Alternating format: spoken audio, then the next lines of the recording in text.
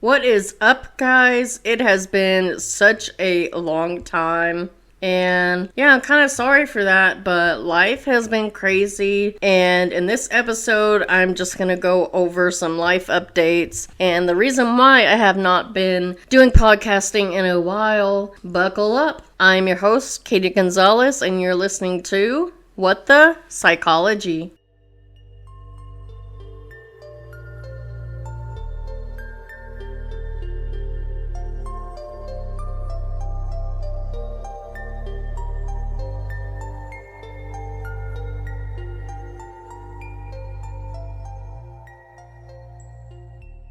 Alright, so I'm back, and I hope you guys missed me, because I missed you guys, and I have a lot of explaining to do, so let's kind of backtrack here a little bit. So my last episode was August of 2022. Goodness, it's been almost 2 years. And let's see, my last episode I talked about graduating college. I got my bachelor's degree. And I lost my aunt, and I was starting graduate school. And so, a lot has happened since then and now, honestly. And so, after my aunt passed away, I just really struggled with my mental health and the grieving process. Everything was too hard, and overwhelming to juggle the podcast, to juggle school, grief, and just life in general, and it was just too much, to be honest. I did start going back to therapy, and I started my journey of healing, and honestly, since then, things were going pretty great, and then life has just gotten harder since then, and I just kept telling myself, okay, I'm gonna get back to the podcast, and things just kept happening. So the timeline, my aunt passed in end of June 2002, and so she had a terminal diagnosis of cancer. She was kind of up and down for a bit. She was on a brief remission, and then it came back, and we found out a lot of things that she didn't want us to know. She stopped treatment when her cancer came back, because they told her they could do clinical trials while she was in remission, but she was in remission for such a short period of time. They couldn't really get to do anything, and she just did not want to suffer anymore. So there were a lot of things she didn't tell us. My sisters and I, we were kind of her adopted kids in a sense. She was the aunt that spoiled us and loved on us and gave us great life lessons, and she could never have kids on her own. So we were definitely very close to her. So that was the end of 2022. And in the span of the last 9 months, I have had so much death. And you're going to think this is insane. So the hardest one was my father. My father passed away 9 months ago. Which I know I've mentioned him a lot, that we were getting closer and our relationship was going so well, and we actually made a vow to each other to talk to each other once a week, and so that was hard. With my aunt, any death, any type of death is hard, whether it's expected or not. I feel like when you know someone has a terminal diagnosis, you kind of expect it to happen, but you still grieve. With my dad, it was just sudden and unexpected. It was just completely unexpected. A lot with that, it's just, I feel like it's so much harder because we had no clue, that it was gonna happen. And I don't even think he knew. There were signs that he knew something was wrong with him that we found. But, yeah, so it just happened. Also, losing a parent at 28, because right now I'm 29, but there are so many things to unpack. Honestly, and something I have been working in therapy a lot is I kind of get a little jealous and envious of my older sister, because my dad was there when she gave birth to my nephew, and sometimes it's kind of weird when you have male figures besides your partner in the delivery room, but my sister was all for it, he was all for it, and he was so excited to be a grandfather. He was also such a great grandfather to my nephew. There's so many funny clips of them together and my dad playing music and trying to get him kind of into it and them dancing.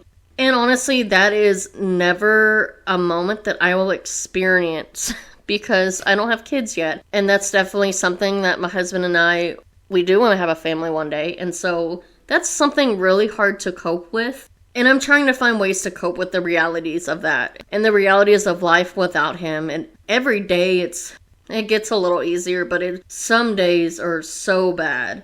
Let's see. I want to go more into like my dad before I talk about all the other deaths, because in total, including my dad, there's like 5 or 6 other people that have passed away in like the last 9 months. Like, it's insane. But more on my dad, like his death had such an effect on me. Like, I've had some mental things before, like depression and anxiety, but I have never really experienced panic attacks in the way that I did when my dad passed. Like, I started having heart palpitations and I thought I was going to die. Like, after he passed away and I came to his condo to kind of help my sister clear out things, like just looking up at the stairs, like my heart was just like, my chest was tightening and I was crying and I literally thought I was going to die. And there have been other moments like that. Like, I even went to the emergency room because on one Sunday, I started having chest pains at church. And then it continued on for like the next 2 hours. So I was just like, oh, usually they come and go. And luckily, I'm perfectly healthy. Nothing was really wrong with me. They did say it was probably stress and grief related. But I have never experienced that. Even when my aunt passed, like, it was hard and everything, but I did not experience that. And I feel like when it's a parent, oh my gosh, it's so much harder. Like, if you have a parent or a child, it's just a whole nother level. I don't know how else to go about saying that. And I will say, with him and all the others, I have had such a supportive network of friends, family, peers, some of my professors, my dad's friends. Everyone has been wonderful during this time. So let's go over everyone else. So in the last months, right after my dad, I lost 3 friends, one of them being younger than me, a cousin who was younger than me, and a coworker I used to work with, or we were in the same unit, and he was a civilian.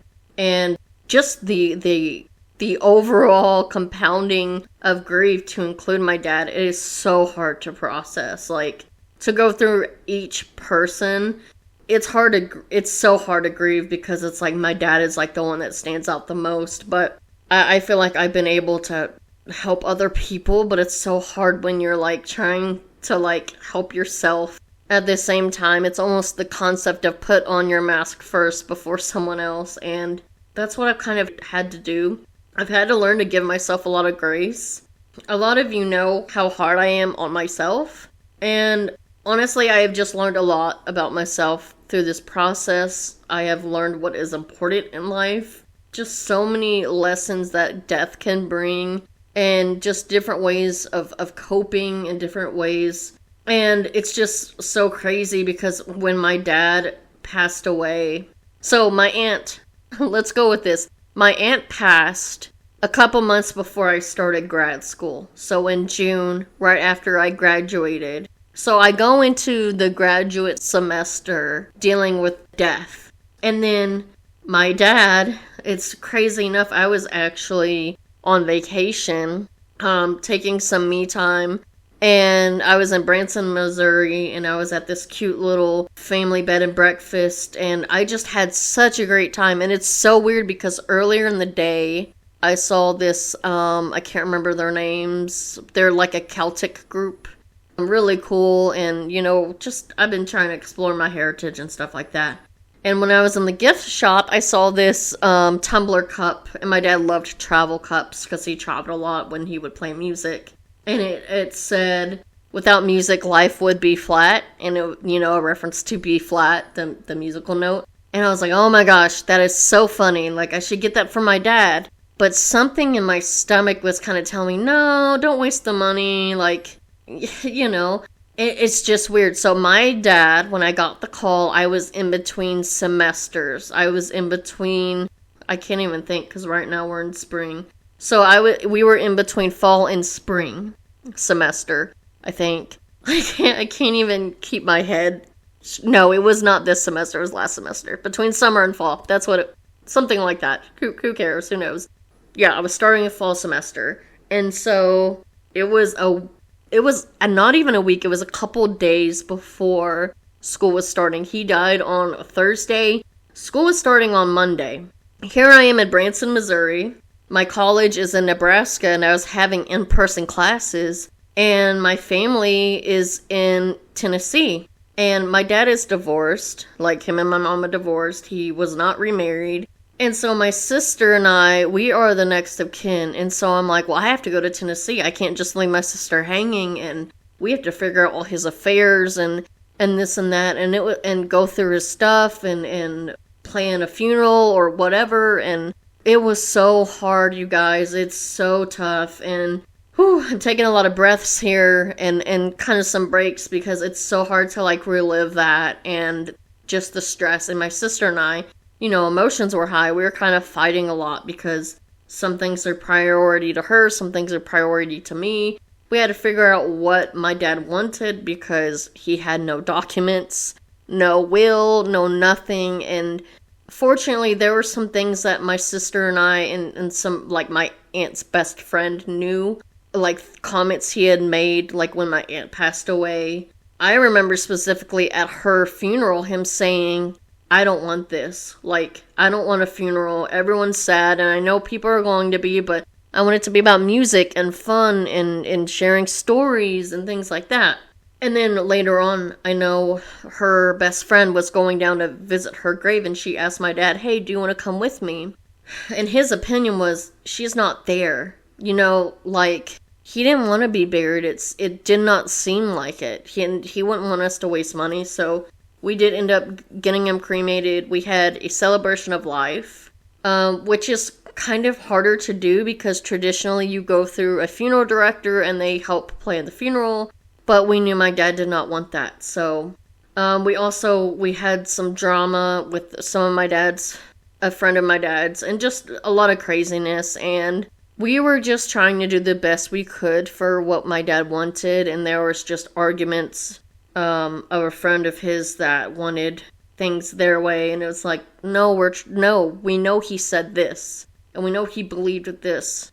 And so it was just a lot of contention, and unfortunately we had to kind of cut ties with that person. There was also a little bit of that when my aunt passed, and just, it's really sad how loss, when you're close to people and their true colors come out, and then you're just like, holy smokes, I did not know there was this side of you.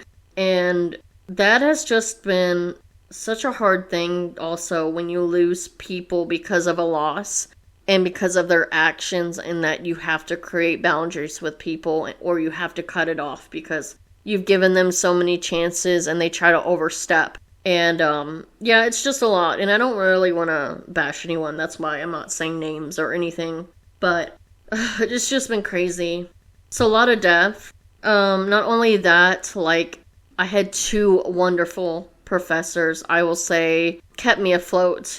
I had 3 classes. One of the professors was not the best, but whatever, that's another point of contention, but I had 2 that were really great and that really worked with me and encouraged me. And one of them in particular was an in-person class. He would always just have his office open to me, and I would just be venting and crying and just expressing how I felt. And the hardest thing about that was that class was a trauma and crisis class. And so, well, grief is considered trauma, and grief is not linear, which, funny enough, that was one of our final questions, and I almost want to put, oh yeah, true, it is linear as a joke, but I was like, I'm not going to get points off just for that. I feel like he would know that was a joke, but whatever. The support I had was so amazing from professors, from peers, and there was a point where, you know, some of my peers, like, you know, you can drop classes, like, it's not too late to drop those classes if you need some time off, like this just happened. And I almost did. I strongly considered it. I was like, I don't know how I'm going to make it through. Like, I've never experienced that losing a parent, like, and especially at my young age and my dad's age. Like, my aunt was 58. They were twins, by the way. They were fraternal twins. And my dad was 59. So neither of them made it to 60. And so that kind of puts things into perspective and makes me question my own life. Like, am I going to have a short life? You know? But there are also, one thing therapy taught me was there are good and bad things you can take. Like when someone dies, we tend to put them on a pedestal, which is normal. But we have to think about all the things, the good and the bad. And when it comes to like the bad, like what lessons do we learn from their life? And so for both of my aunt and my dad, like they didn't take care of themselves. And so something I'm carrying through into my life is I need to take care of myself and my health, my mental health, stress management, which is extremely hard. But gotta work on those things. And so I did consider dropping all my classes. I considered taking a semester off. And I really thought about it.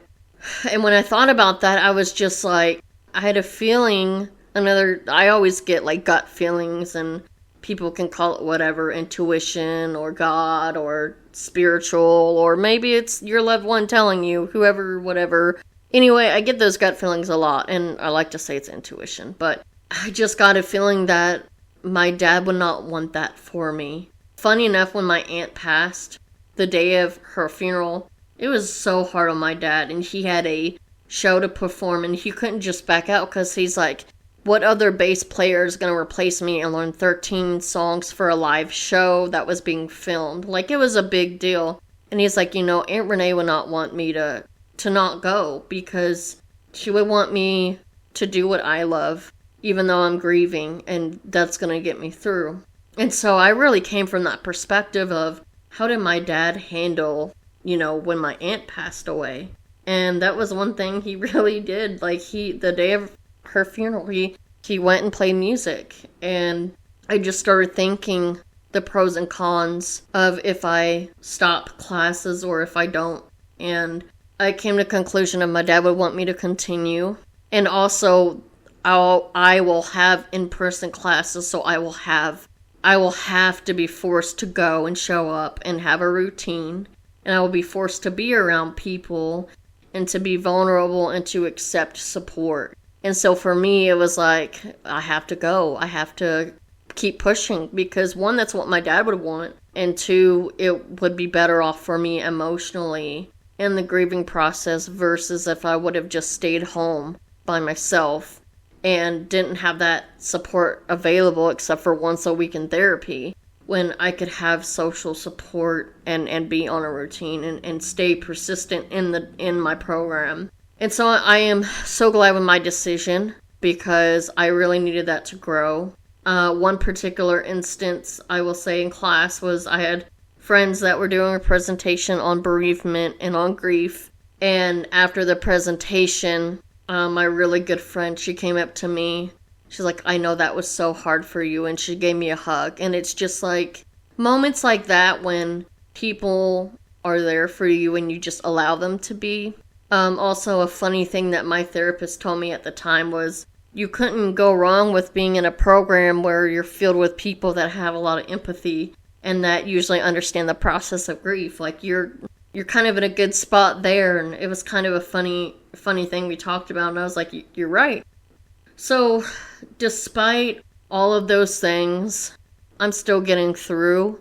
Let's see, today that I am recording, it's May 20th. And May 17th was 9 months.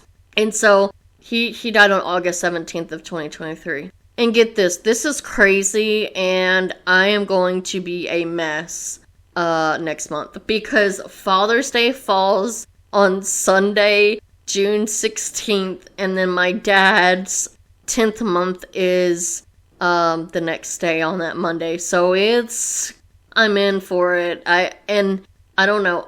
For me, it helps to cope by anticipating, because then I can prepare, like, okay, maybe I need to take a day off or something. So, things like that. And it's so crazy because I did a grief episode when I lost my aunt. And I feel like I've learned so much through losing my dad. And it was so much harder. It still is hard. It's never going to be easy. one thing my trauma and crisis professor joked about was, hey, one of the positives you can look at is you're going to be able to really relate to your clients. And I kind of laughed and I was like, I'm going to be an expert on grief by the time I'm done. And there are things I'm thankful for. I'm so glad I was still in a normal semester versus like an internship, because there's no way I could have seen clients in the state I was in. There's no way I could have dealt with other people's problems. And on that note, yeah, I lost my dad. I've lost 3 friends, an ex-coworker, and a cousin, all in the span of 9 months. And I still have not fully processed the others because my dad's been the hardest, and it's the one that I have been the closest to. But the others I've definitely grieved for as well. And it's just a process, to be honest. So I want to kind of move on to life as it is right now. And these are more updates. Like, life is just hard. Life is just crazy. Life is change. Okay? And so recently, my husband decided to join the military. So I am now a military veteran and military spouse. So my husband did join the military and he's active duty. And so what this means is that we have moved states and have moved homes. And he was actually gone in training during some of the most difficult parts of my grief journey. Especially the holidays were really hard. But I did get to spend a lot of time with my dad's family and just be there with them. And also, my cousin just passed, and she's on that side of the family. And so we were all just grieving my dad and her. And so we were just all there for each other. We also had some fun, and just being around family was really helpful for me, especially the connections to my dad. And just hearing stories about my dad growing up and things like that. When my husband, he did come home, and I will say, like, me being alone and having to learn how to deal with my grief has been so powerful, because I have really learned how strong I am. Like, I feel like I have never really given myself enough credit on how strong I really am. Like, I've come a long way. And one of my friends told me this quote. She's like, 2020, you would be so proud of 2024 you.